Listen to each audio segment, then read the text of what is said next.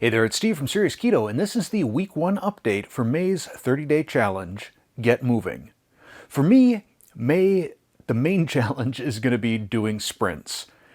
I also plan on doing probably about an hour worth of walking after I do my sprints.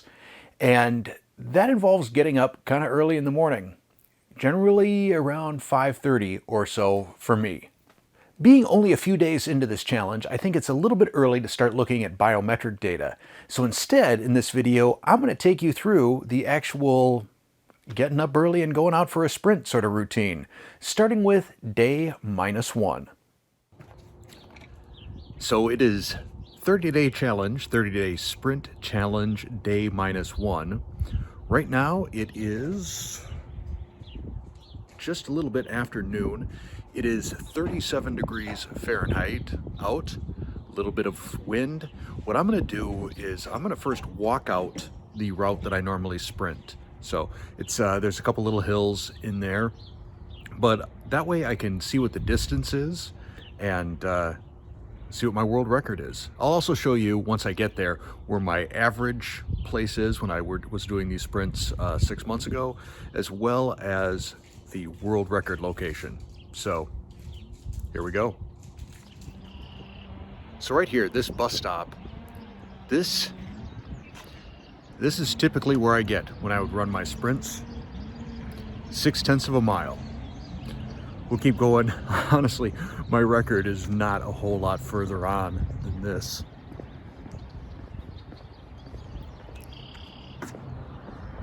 I always wonder when I see people walking around with a selfie stick recording something, like, what are they doing? Do they really think that they're that important? So as these cars drive by, I wonder if they're thinking the same thing with me. All right, we're just about to hit a point where, I don't know if you can see this, the change in the concrete, that there was a repair done. This is as far as I've ever made it with the sprints and the warm down. 0.63 miles. So not a huge difference between what I usually get and what my record is. But we'll see tomorrow if all that inspiratory muscular strength training made any difference. I gotta walk back home. So I'm back at home, and it's still 37 degrees. I don't know if you can see this. My hands are pretty pinkish, purplish. It's a little bit chilly. I think I'm probably going to need to be wearing some thin running gloves for this. Maybe a stocking cap as well, because I got to imagine earlier in the morning when we don't have the sunshine, this could be a little bit crisp, you know, to be out here for an hour walking and running. For day -1, I'd really hoped that I could get a family member to get up early with me and video me kind of getting prepped and doing my stretching and then taking off down the sidewalk for my first sprint, but I couldn't get any takers. So I was alone, up early, and I went to video the intro of me getting ready to run and kind of screwed that up. I think I turned on the camera while I was putting it in the selfie stick and then turned it off when I actually went to record. But it was somewhere between 5:30 and 6 in the morning. The temperature was, I think, about 42 degrees Fahrenheit, so not especially warm. And this is what it was like when I got done with my first set of sprints. All right, first morning in the bag. Oh yeah, right back there, there. That would have been my average 6 months ago. A little short this time after 6 months off. Oh. Whew. Burning a fair amount right here, and really feeling it in my quads as well.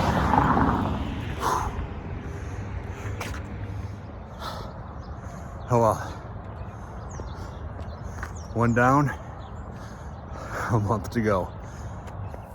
One of the questions that I had been asked when I said that I was going to start doing this challenge is, are you going to monitor this in terms of blood glucose? And the answer is yes. And kind of interesting. Take a look at this right here. a pretty pronounced spike in my blood glucose when I went and did those sprints. And there's an article out on the Levels Health website, which I will link to down below in the description, about that. Hopefully you'll be able to see it. Hopefully the link will work. But the article discusses how very intense exercise can give you a bump in blood glucose. It's day 2. It's a Saturday, so I slept in at 6:30 now in the morning. So it's actually a little warmer temperature today. It's about 40 degrees, but it's kind of windy, so it feels a little bit crisp. We'll see how day 2 goes. Okay, that was awful. My initial sprint was pretty good. After that, I was ready to throw in the towel. So yeah, 6-7 months of no cardio. I don't know if I'm feeling it. I think I'm feeling it more in the legs than I'm feeling it in terms of like the breathing and stuff. It's still, it's crisp out. It's not a lot of fun. I definitely feel like the first training session in the movie Rocky, where he got up and just kind of threw in the towel, or I forget, I'm gonna have to rewatch it. This is tiring.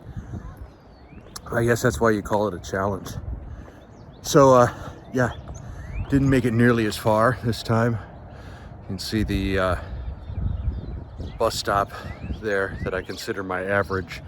That is, I think I came up about 1/10 of a mile short of that. So now I'm gonna walk back home and maybe try walking backwards a little bit, get a little of that toes over knees guy therapy. And then I think this morning I gotta go to the drugstore and get some Icy Hot or Bengay or some sort of something for my muscles, because my thighs, especially like the insides of my thighs, really sore. And then calves, sort of the outside and front. It's not shin splints. I've had that before, so I know what that feels like. This is it's definitely some muscles that have not been getting any sort of action. 2 days in the bag. So day 2 was very rough, and really I was feeling it more in terms of leg muscles than I was in terms of any sort of cardiovascular aspect.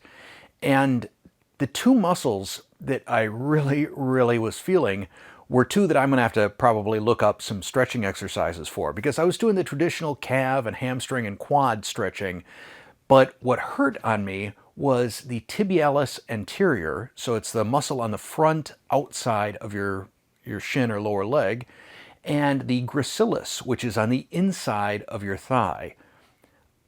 Yeah, those hurt like crazy, and I had to hit them hard with some Icy Hot later on. That and a little bit of Aleve more or less took care of it. But still, for day number 3, I decided I wasn't gonna push it. I didn't want to hurt myself, so instead I just went out, did a nice hour-long walk. Day 4, though, I was back at it, despite some not very good weather. It's 5:30 in the morning. It's 42 degrees out, Fahrenheit, and it's raining.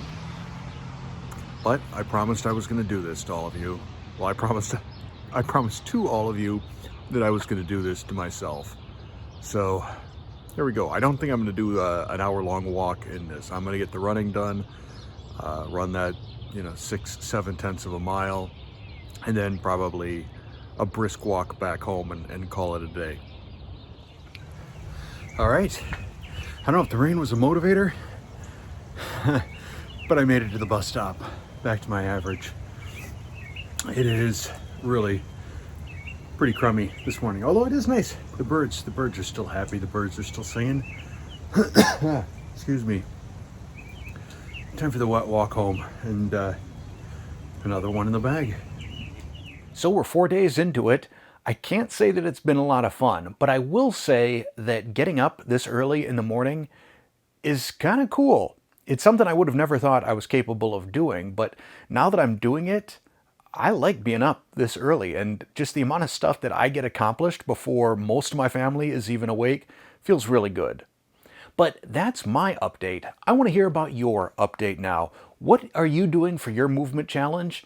Have you had any difficulties with it, or any other sort of lessons learned, tips, anything like that that you would share with me or the rest of us? Let me know down in the comments below. And I'll be back next week. Who knows? Maybe we'll have a little bit of biometric data by then. Certainly, I'm hoping that I see some more improvements in my sprinting ability and the distance that I'm able to travel during that set period of time. So, thanks for joining me in this challenge, and thanks for watching.